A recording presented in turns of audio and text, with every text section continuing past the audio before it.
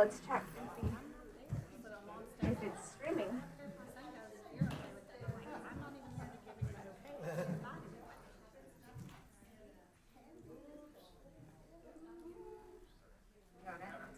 Look good? Yeah, I just want to make sure that the audio is muted.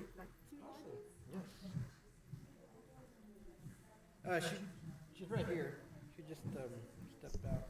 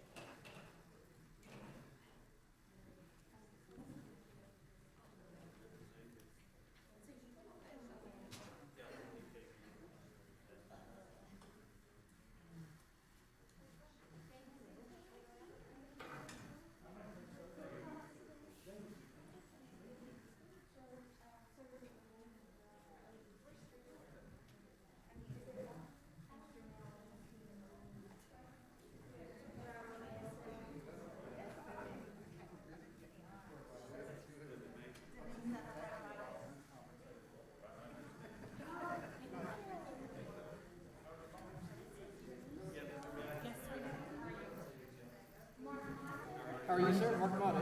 Good to meet you.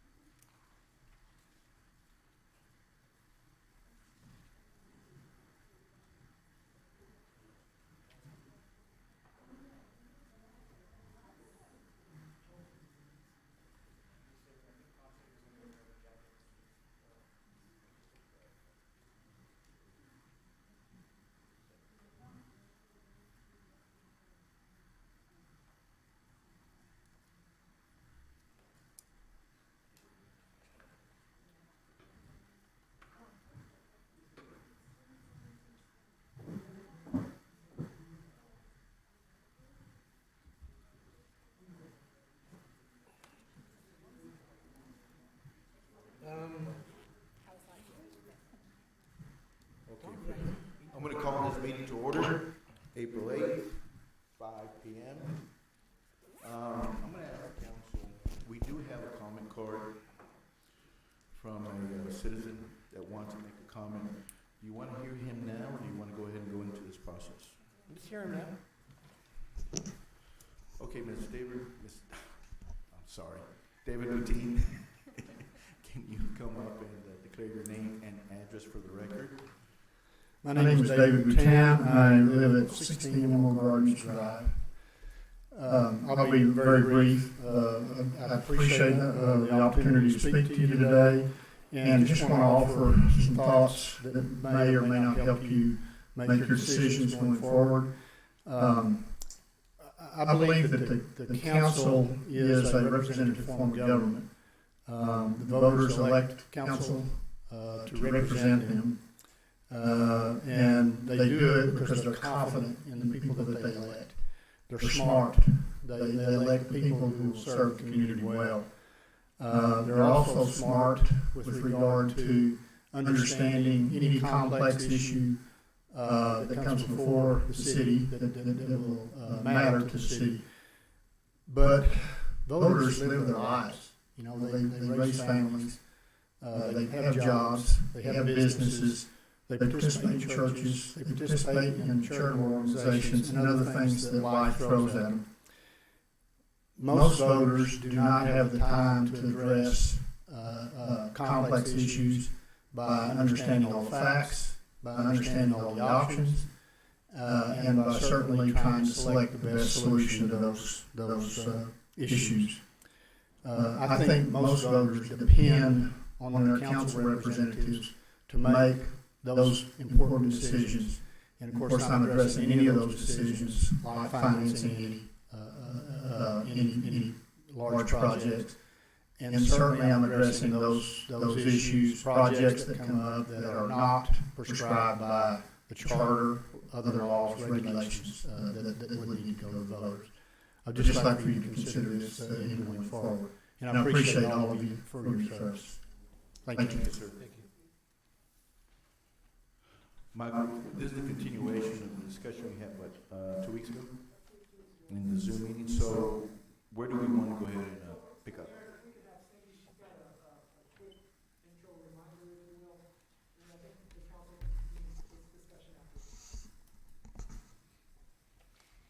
Cindy, go ahead. Okay, let me take this off. Maybe it makes me clearer. I'm usually pretty loud, so that's not a problem. So, y'all had gotten this sent to y'all by Michael, and I also put a copy on your desk and in front of you, just in case we need to refer to anything. I would like for y'all to know that there's some history to all of this, and if y'all haven't read through this, I'll just touch on it quickly. We're not asking for a vote today, we're asking for direction. It takes time to do, whether it's a bond election or it's a CO issuance, it takes time to do those things.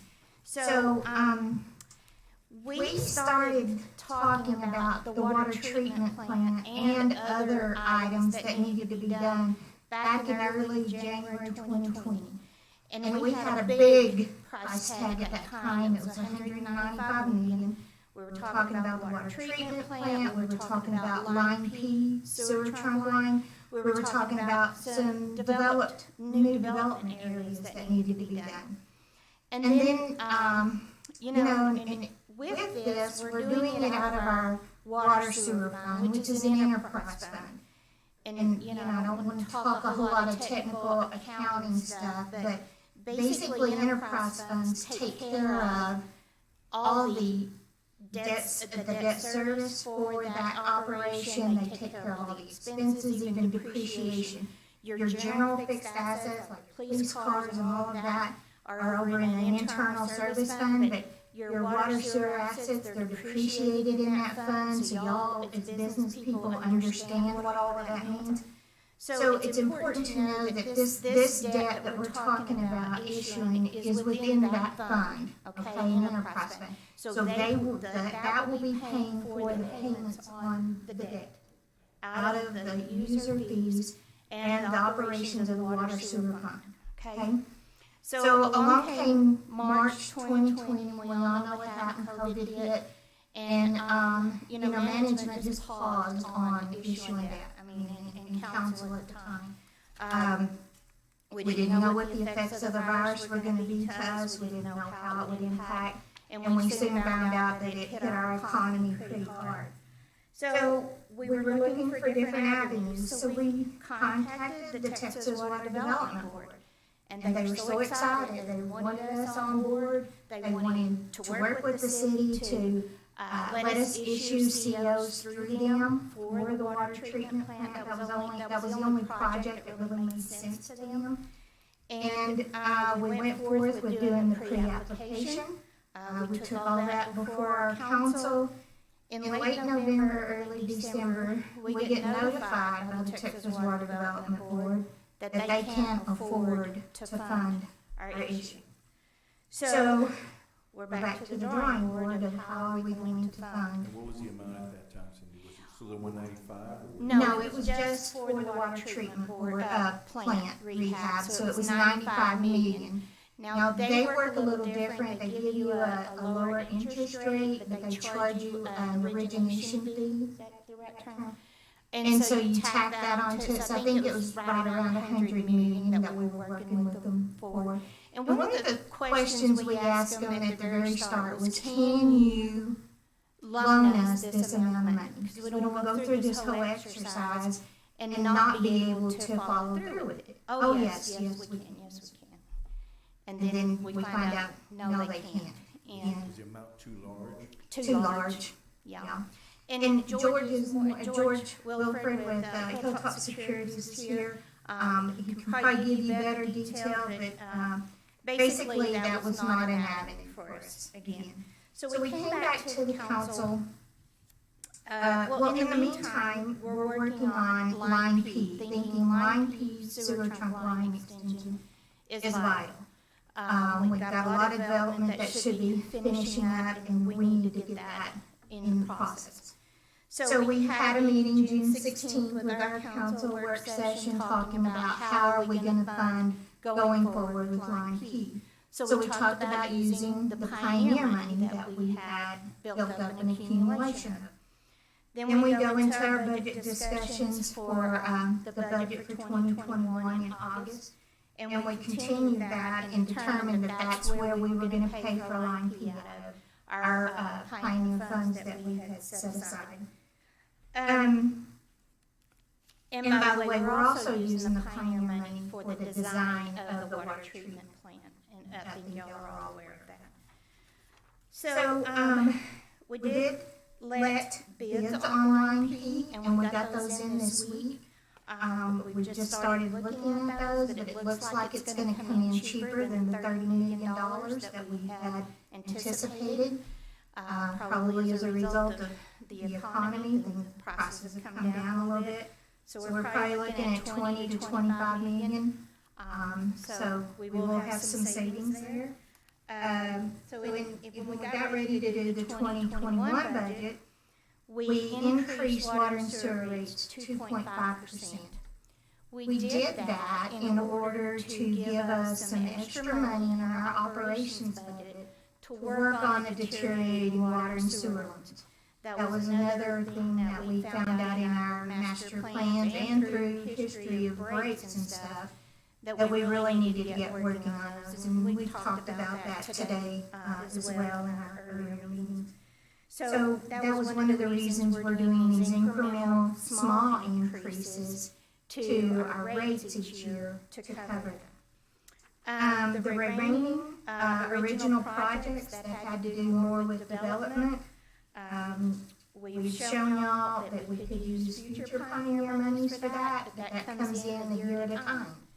So you can't hardly start a big project like $30,000 in the first year. You gotta wait till you kind of get $30,000 built up and then set it in motion. In the state of Texas, you should have your money in hand, your funding in hand before you sign a contract for a big construction job. So all of that's to say, when we were asked to come back to y'all, and Tom went through the presentation, talked about what was needed at the water treatment plant. As staff, we tried to get the most efficient thing to do in order to get that funding of $95 million. So, in our eyes, looking at that, it's a CO issue. Generally, for an enterprise fund, you're doing either a CO issue, certificates of obligation, or you're doing revenue bonds. And in the presentation that George did in our virtual work session, we saw that that's going to cost you extra money. A bond election also costs you extra money in that you have to pay for the election. I had Norma check with her election people, and they're thinking $70,000 to $80,000 cost to do that at the November election, if that's where we go. This is just information I think is important for y'all to know. The CO carries basically the same credit rating as a bond does. So there's not really any differences in what it's going to cost you in interest rates. The difference is, do you take it to the voters or do you not? The one caveat that we told y'all about is if a bond election fails, you cannot issue COs on that same project for 3 years. So if a bond election fails, you can keep trying to do subsequent bond elections, but you can't issue COs for 3 years. And I think that's important to know based on what we need to do with the water treatment plant. And I think this kind of brings us to where we are. We won't actually issue the resolution to do a CO issuance, if that's the route we go, until early June. So it's not a decision to make tonight, but we do need to know which way to go forward. We have to work with credit agencies, get all their stuff taken care of. We do interviews with them. There's all the planning that needs to be done. So that's the guidance that we're asking from council tonight, is do we go forward as a CO issue? Do we go forward as a bond issue? And I'll be happy to answer any questions. George is also here to answer any questions y'all might have. And so we can let y'all discuss and ask questions. Thank you, Cindy. Does anybody have any questions or comments for Cindy, Marie, and George? Cindy, I just want to ask, hello, this is me talking behind. Yes. On the enterprise fund, that can only be used for water and sewer? Or No. can it be used for police cars or? No, police vehicles, police is covered under general governmental funds, okay? What we do, and many cities do, is we have an internal service fund called equipment service. And that is a fund that handles our entire fleet for the city. Not only PD, fire, all the utility trucks, the solid waste trucks, they handle everything, okay?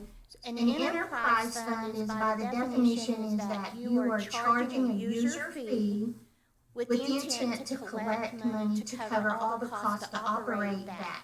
And when you're operating a utility, it's even more pronounced to have an enterprise fund because it's a utility. Okay.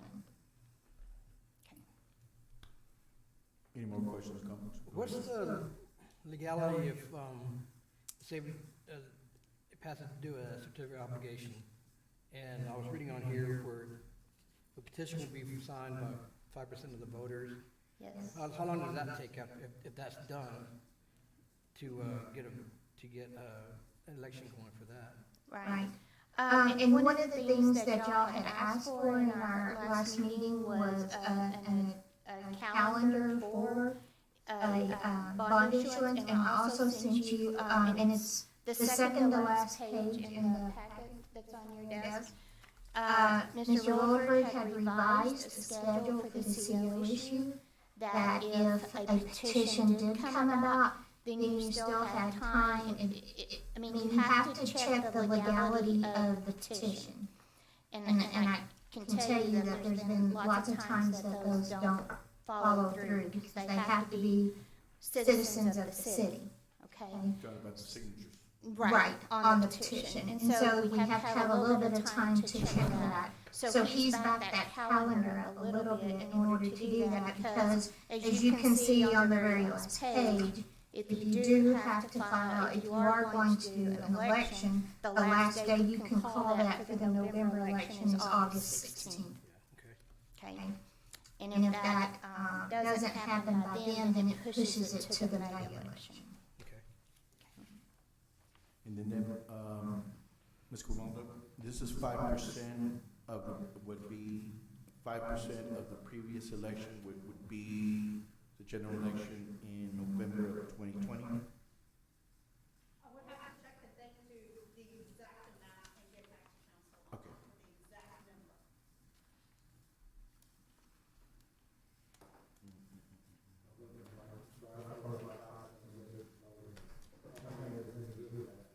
It could be Well, I think it's registered voters of the last for election. the last election. Yeah. I believe so.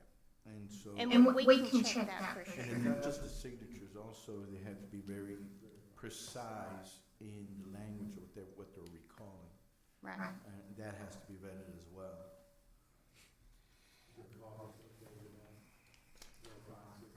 I'm sure there is. Yes.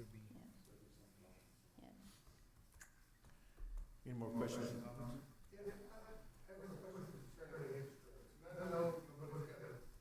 Crystal ball? We wish we did.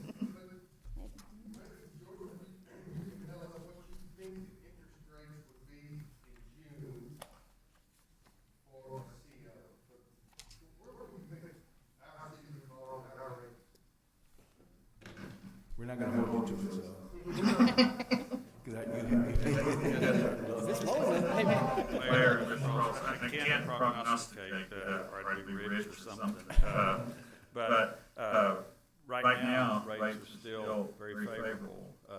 And what we've seen is, as you look at, other markets, treasury markets, even mortgage rates, the longer term rates started going up. Now, they've slid back just a little, but what we're concerned about is, as time goes on, not short-term rates, but longer-term interest rates, because of physical policy in Washington and fears about potential inflation coming about, everything will start forcing longer-term rates up. So, as we're talking about time passing, we're thinking we're talking about potentially higher interest rates as time goes on. Right now, what I've given you in the examples from the last meeting, for instance, for certificates of obligation, we were 2.85%. And at that point in time, literally that was 100 basis points over current market rate. So if a city, double A rated like Odessa, went out in the market a few weeks ago, they could have done 20-year financing for right at around 2%. So even today, it would be 2 plus maybe percent to do 20-year debt, which is extremely low given history and so on. But I don't know if it's a clear answer. Our concern is rates are going to be moving somewhat upward over time. So I think, when we asked George to prepare these for us, we're always adding a little bit higher than what the current interest rate is because of timing. And initially, we were looking at getting the money in about September, which was in line with when we actually were going to decide on bid and be ready to start construction. So you would get your money about the time that you actually needed it for to start paying the contractor. And so with backing it up a little bit in the instance of, if we're, want to be, ahead of the game in case there was a petition called, and, we did that. And I don't think the rate really needs to change for that at this point. But when it comes actually down to it, so when we talk about, how this will affect water sewer rates, I mean, there could be changes that affect that. I mean, it could be the interest rate comes in a little lower, so your payments are a little lower. It could be, as we saw with Line P, it could be that the construction comes in cheaper. I mean, we don't think that's real likely, but it could happen. I mean, so there's things that change until we get closer to actual happening. We can't give you concrete numbers as to how much it's actually going to affect a rate. So. A water rate, a water sewer rate to our customers. There's no, well, if I knew the answer to my question, I'd be willing to That's right. There's not any astute people that I know of that are not predicting higher interest rates in 2022, 2023. And so we know the odds are it's going to cost us to wait that 6 months between June and December. Is that a fair assumption? Well, I would say probably yes. I think that's probably the hope of all of us, because if the interest rates are going up, that means the economy is doing what? I mean, so, you know, it's kind of a catch-22. Well, y'all saw my sales tax report this week. It didn't look great, did it? So, hopefully, so that sales tax was for February collections, and March is kind of when the state opened up, so maybe that starts turning around, so. Any other questions? Any more questions or comments? I will sit until y'all leave. Thank you. Does anyone have any questions or comments for George?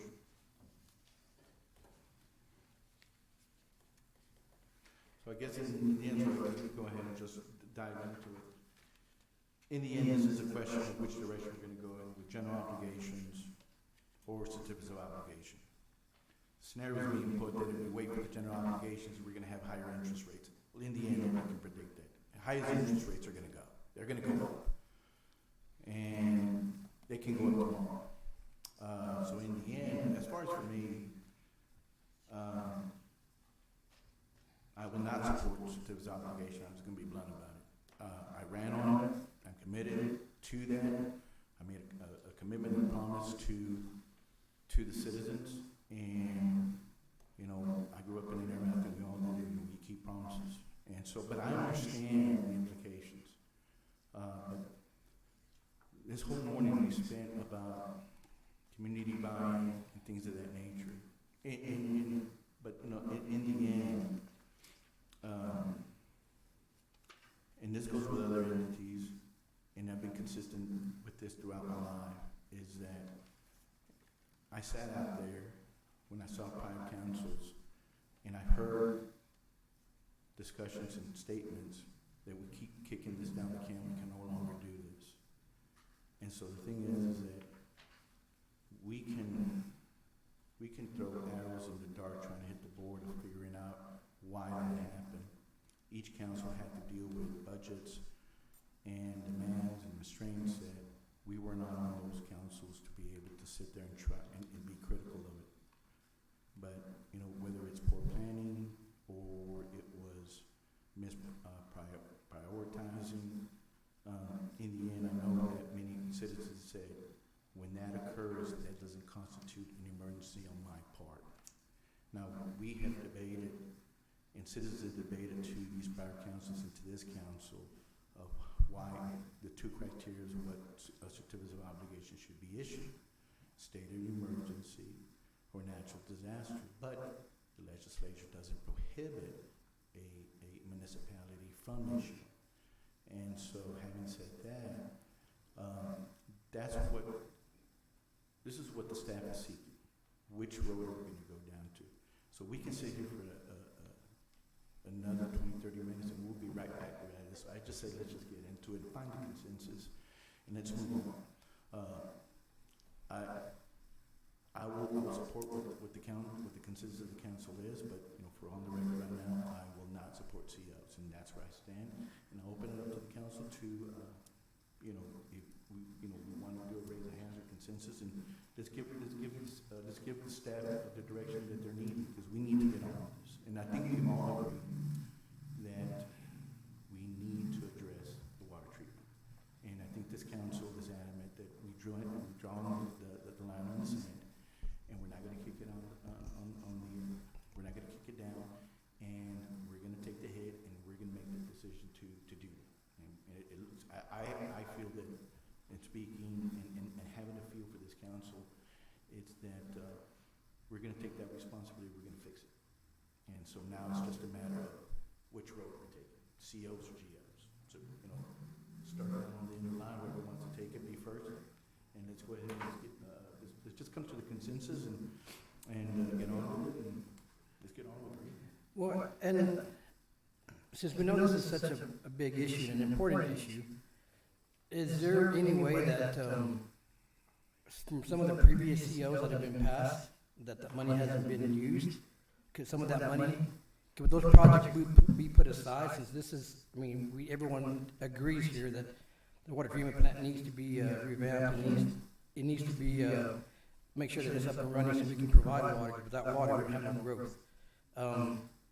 So can we put some of those projects on the back burner, so to say, so we can use some of that money from the previous COs to apply to this? Talking about unused money. Unused money. Committed money, or redirection.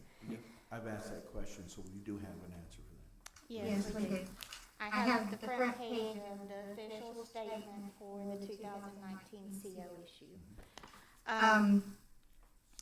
Proceeds from the sale of the certificates will be used for the public purpose of constructing and equipping fire stations and the acquisition of land and right-of-way in connection therewith, constructing, improving, and equipping police facilities, including a multi-purpose building and an animal shelter, constructing, improving, and equipping parks and recreational facilities, and the acquisition of land and right-of-ways in connection therewith, constructing and improving streets, including related sidewalks, curbs, gutters, drains, street lighting, landscaping, and public safety improvements, and the acquisition of lands of right-of-way in connection therewith, and constructing, improving, and equipping administrative facilities, and constructing drainage improvements collectively of the project, and to pay for professional services of attorneys, financial advisors, and other professionals in connection with the project and the issue of the certificates.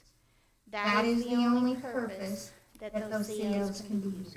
That's from 2019? Yes, sir. Okay, so the other question is, do we have any other monies that have been uncommitted, unspent from previous CO issuance? We have, And how much is that amount that's sitting out there, even if there is any amount sitting out there? I'm not sure I can tell you offhand. So pretty much every project, that this was issued for has been started, except possibly some downtown area stuff. But again, it can't be used for the water treatment plant. We have not spent all of the 2013 COs, but those are committed to the university project. That will eat up the remaining amount of those funds there. And we're under contract on what's in process, so it's just a matter of paying that out. We may have, I don't think when we're done, we had a little bit of interest earnings from the last water sewer issuance that's being used for some water sewer cleanup project type stuff that we're doing right now. But it's minimal amount of money. Okay, 'cause I was gonna ask, the question is that we're almost finalizing the entire study that's being paid by the Pioneer monies on the water treatment. We're still paying on the design, yes. Yeah, and so, but the thing is, we're almost gonna get the whole study, right, complete, we're almost there. April, huh? Okay, so the thing is that regardless of the amount that we're issuing, there still may be some additional costs because of, once we, on some part of that construction, on some of the, on the retaining ponds, there is potential damage that we can assess just by looking at the exterior. And so the thing is that that may be additional. So not only in the direction that we're going in, we're also, still kind of little in the dark in the amount. So it's real critical that, we look some of those extra monies, because there may be, that amount may go up about the insurance. I don't want to be short. Okay? Right. So, that's something that we need to be very careful about as well. Right. And it goes back into the time situation, is because, look, this is a lot of money. We can't be short of this. And so we need to know, we need to have that stuff. And even then, there's still gonna be some issues, because it's just like anything else, and I'll use a real example, a simple example. When we have water damage in a road, and we can feel it until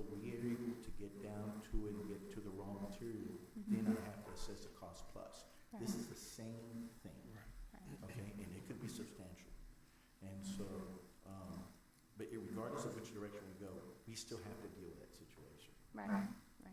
And so the thing is that some of these extra monies, they might not be substantial, but they could come into play that they could help. And I think what Councilman Montes is going is that he's looking for direction where we can reduce the amount that we are Yeah, financing, if it's possible. And I understand that. We still have some money coming in on the Pioneer contract. Right now, we're using that for loan heat. We're thinking we have some savings there. We didn't commit, we showed that to y'all in the presentation, that could be used for some of the development stuff. We may be forced into some of that development, I don't know. We don't actually know that answer yet either, but there's always funds there. How much you want to save towards new development, or how much, but it's again something that's coming in on an annual basis. It's generally $9 to $10 million a year. So. The other question, it was going back to Councilman Thompson said is, it's just like a loan. Nobody gets 100%. Can we put some in doing so? And what we did want to do is go from reserve fund for the reason that bring down our credit rate. So, in an opinion that was submitted by legal regarding another issue, I did ask this question if it was possible because of how I was reading it. Could we wind up using OCD money, Odessa Development Corporation money? Now, having said that, we did explore that it would have to be direct to what ODC does. So this would be really be stretching. And so I guess in short, no. Probably not. But the thing is that we during that time since we tabled this, we did go into extensive trying to find ways to reduce that debt. We just didn't sit on our hands. We were trying to be creative, find out ways. Do we refinance? Do we loan? Do we finance? Bring down? Look, the interest rates are good right now, and so we were trying to be creative and trying to find solutions into answering everybody's concerns and input. And so, but then now we've done full circle. Now we're back right here. Right. And so it's just now it's in the execution of how we're going to fund it. So it comes down to GOs and COs. Right. In a nutshell, that's where we're at. And the actual amount that we have to borrow is not determined quite yet. We have a good estimate that it could come in less. We could, we can hope for that. So, but as to your comment earlier, you do have to think about what happens if there's some underlying. Tom, are we positive we're not going to have any underlying issues? I'll put Tom on the spot. There's no way you can be positive on that. We spoke about a specific area, and that's why I brought that up. And the thing is that because the thing is that we're talking about infrastructure behind a concrete wall that's been over there for 60 years. And so, in essence, we are going to have some damage. The thing is, the question is to what extent. Yeah. And then we have to assess that cost. Well, that's why I'm saying it's a cost plus, because we can't see to the extent. But now that we're down the road and we take that down, it's going to have to be addressed, and it will cost additional dollars, and it's just a matter of how much. Yeah. And that's why I don't want to come in there in low estimation. Right. And I will let you know that when you actually pass the resolutions for the intent to issue a CO, if that's what it is, you can set an amount up to. So you could do up to 95 million, you could do up to 100 million, you could do up to 105, especially if we do it early before we actually have the bids coming in on the job. Okay? So there you do have that option to do that. All you're doing is setting the bar for how much you can issue, okay? And then you can issue less than that without any problem. You just can't issue more than that. campaign. So that's something that we can take under consideration as well. Ms. Muncy, one more avenue that I'm looking at, just to try to reduce the amount of this bill here. We recently received the American Rescue Plan. What does that, can that money be used for this? Well, I'm gonna let Michael talk Okay. about that a little bit. Good afternoon, Council. Councilman Mata, I think the answer to your question is we don't know yet.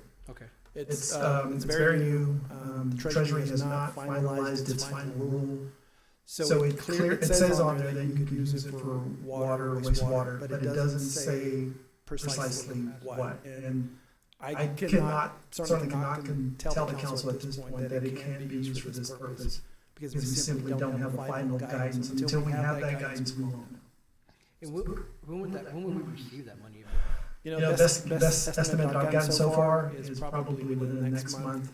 Treasury is currently going through their final rule, and so they may have that within the next month. That number, is that number been finalized? Is that a hard number? So Mayor, the information that I provided you was provided to us by ICMA, the International City Managers Association, not directly from any federal agency.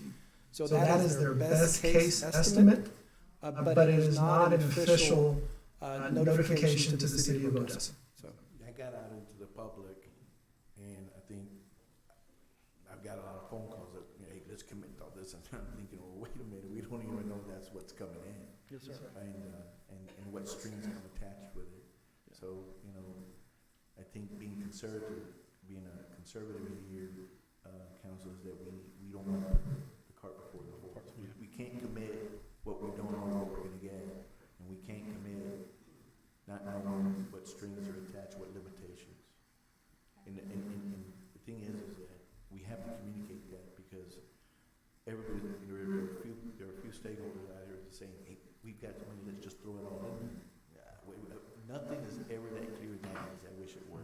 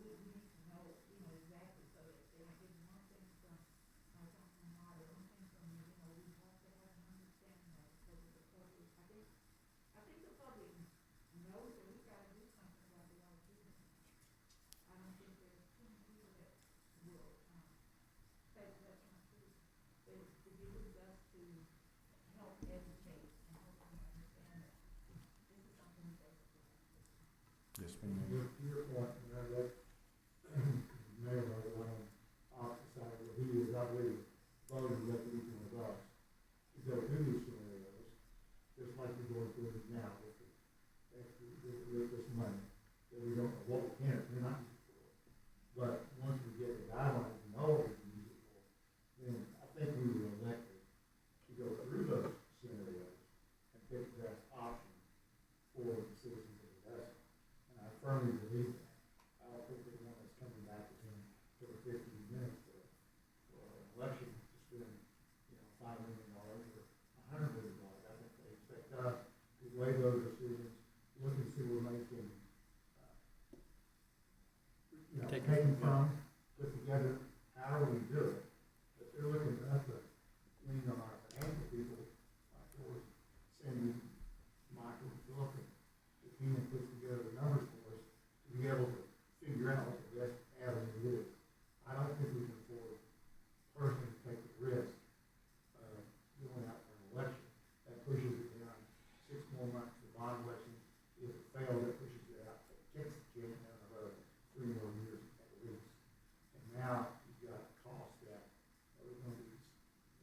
$100 million, like I said before, will grow to $200 or $300 million. And now you may be able to make it to beyond where it becomes not affordable. Because it starts going up pretty fast. And I'm of the belief, I'm as big a conservative, I think, as you are, it does take a rocket scientist to figure out when the federal government spending $1.9 trillion every time they turn around and sneeze, and they just keep printing money. Inflation is gonna be here. It's gonna be here. George, if you think I'm absolutely nuts telling you that. But if you start printing the kind of money they're printing now, and throwing it at the nation like they're throwing it at the nation, it is gonna result in higher prices everywhere. It's already hit lumber. I mean, you can just look at building costs, are already jumping like crazy. And it's gonna hit every other industry as well before it's over with. And I just have a firm belief that, we need to make a decision sooner than later and move on that road. Take the hit like we discussed earlier. Some of us are going to take hits, some of us, all may take hits. If we sort of $200 million COs in 2 years, and that's a lot of money. But the city's behind the curve. Fortunately or unfortunately, we had technology get ahead of where people thought it was, and we experienced this great big huge oil boom. And I've been here 71 years, and I've been in business 40 of those years. I've been through 10 of them. I counted one time how many every 3-year booms and busts there were, because it affected my living here kind of happened. So I know what happened. This one, everybody thought people one that never ended, just like the rest of them had ended. And they always do. And so we don't know when the next one's coming. We don't know how long this one's going to last. There's such a push for non-petroleum products that it could be a lot longer before it. But the point is, and I was amazed, and I drive around the city a lot, but I had to go to Andrews last night and run up there for a deal real quick and come back. And I drive around the 338 a lot. But man, we've got a lot of stuff going on. And we've got other new things, exciting things happening in the city that just don't allow us, I don't think, to win. I think we need to move forward and issue the CO or get the resolution done in August so we can move forward as quickly as we can to get construction underway so that we're not behind the curve. We were already on the curve. It's just how much further we're going to push it. So that's just kind of where I'm at. Can I address something to Mark's question that George was telling me? If we find out some concrete information regarding that money prior to having to do the resolution, then we could put in a short call on the COs to use that money to pay it down some. But we would have to have, concrete knowledge of can we actually use it for that and be able to use that to reduce the amount of debt that we asked for. In my opinion, that would be fiscally responsible. As long as it's concrete. I think the voters left us to make those decisions and figure that out. I will tell you though, with the CARES money, we didn't get instructions on that for months and months and months. So it took a while. So, do you have a question for me? Yeah, I have a question. Just if it goes for a vote, like they say, and the voters vote it down, and then we can't issue debt for 3 more years, what happens in an emergency? I mean, we raise taxes, we raise. Now, let's be clear what that 3-year is. yeah, It's just issuing COs. Right, you Does can, not say that you can't come back in within another year and do, a bond bonds, election, okay? So okay? Yeah. Okay. But would that extended another 3 years, like if you went to a bond election this year and it was voted down, and you came back next year and it was voted down, is that prolonging a 3-year after Yes, each election? it's 3 years from the last election. defeated bond election, yes. And like the mayor said, you're eligible to call an election for as it stands now, there are two uniform dates, May and November.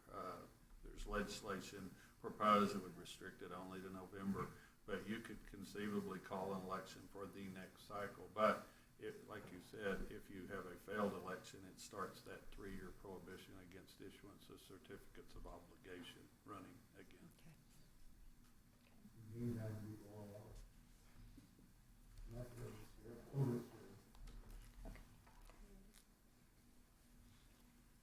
I'll let y'all discuss.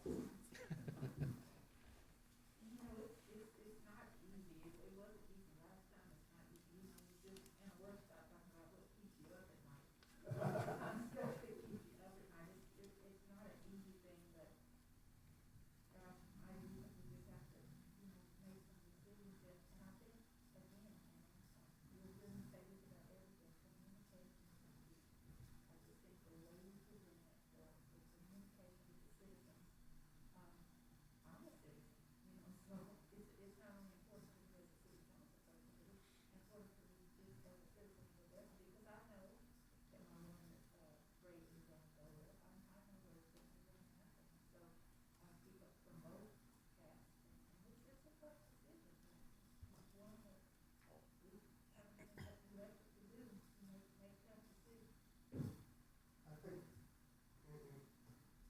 piling on to that, this is not coming out of taxpayers' money. This increase comes out of the water buyers' money. It doesn't come from the taxpayer, because those are bigger response. In that, keep in mind also, and I don't know if this is fair or unfair, it's just the way the world works. The EPEB buys water from us based on cost. Am I not right? And so, in effect, we're gonna be raising their rates, and they don't get a vote. They don't get the chance to vote in the seat. And so, sometimes those things happen where those water rates go up as a result of someone else making a decision. And that's kind of what we're seeing here, is that, you know, it will go up. I think Cindy said that, had told us that the 2.5% increase we took last year amounts to $8 for a 5,000 gallon. 88 cents. 88. Yeah, when we raised, it's in your packet. 88 cents. Am I not looking at the right page? Excuse me. It's like third from the last, yeah. This is out of your budget book. No joke. 88 cents Have a mass exodus. On water on water. for a 5,000 gallon a month user, Right. 88 cents a month. If we had a chance to do analysis to see what indebtedness, regardless of how we do it, what will that do to our water rate? What this indebtedness would do, I mean, I'm that, not trying to put you on the spot, I'm just saying. let me, are you, Okay, is that? are you looking at this page? So that, this is, you know, nothing's in concrete, so this is a down and dirty calculation. But basically, if we do the wraparound CO, that's gonna give you about a 6.43% increase in the rates to cover that additional payment. And that's $3.68 a month, okay? Water and sewer, okay? Water and sewer. Additional.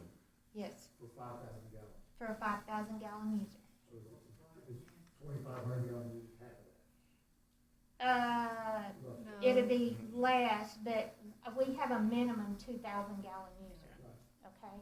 So no, it won't be half, but it'll be down some, yes, You have to have a benchmark to cover all our costs and our debt. that's right. And so, that's why you'll constantly hear people, I don't use any water, but yet my bill is that low, because we still have to cover costs. We have to cover Cost costs. of delivery, cost of personnel, equipment, purchase, you know, those are fixed in cost, but Yes, payroll continues to go up. So that's why we have that benchmark. I have spent years explaining that. In fact, I explained it to some people down in Fort Stockton yesterday. So, do we want to continue? We need to start building consensus, and so what direction we're going in. think me and Steve have been concrete of where we stand. And so, you know, I'm not trying to pressure anybody, but you know, let's just get down to the nitty gritty and let's just go down the road and just say, hey, look, this is where we wanna go, this is where we stand. You know, so I don't wanna call anybody out, just, you know, guess start there with Denise and we'll work our way through and let's get this process going and conclude it. Well, I'm like Mara, we talked about this earlier today, what keeps you up at night, and this has definitely been one of them. Because, you know, you wanna do the CEOs, but then you have these people that are contacting you saying that the voters never get a say. And so that is one thing too, that I also said that, you know, if it's a big election, that you would get a say. So for me, I would have to say that I think the voters need a say, and on this particular issue, everybody knows we need water. So I, in my personal opinion, can't imagine that our city would vote it down, that I may be eating my words later on when we're in a bind, and I hope that's not the case.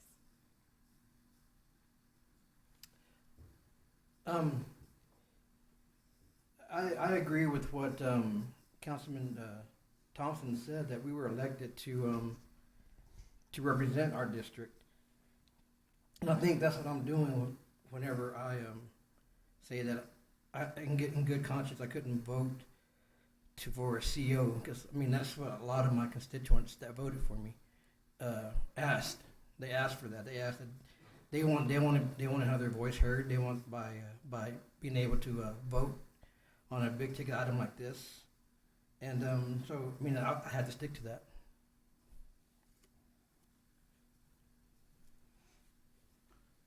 Mr. Thompson, do you want to add in or you stand on what you said before? Okay, sir. Mrs. Wayne? I want to also just mention, first of all, I really do respect what your decisions are. I truly do.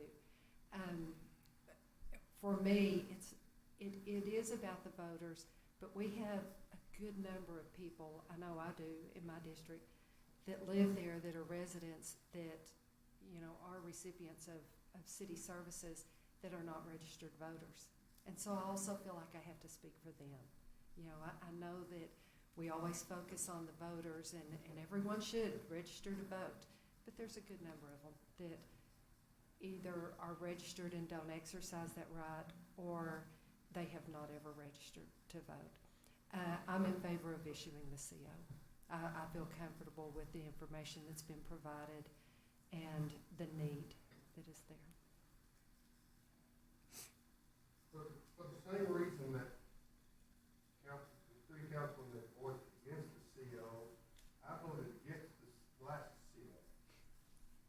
For the same reason. But that was impacting the taxpayer. It is not so much, no, the taxpayer has endorsed what we're doing with water sewer. That, you know, they underwrite it, but it's not coming out of tax dollars. So I'm gonna have to support this CO.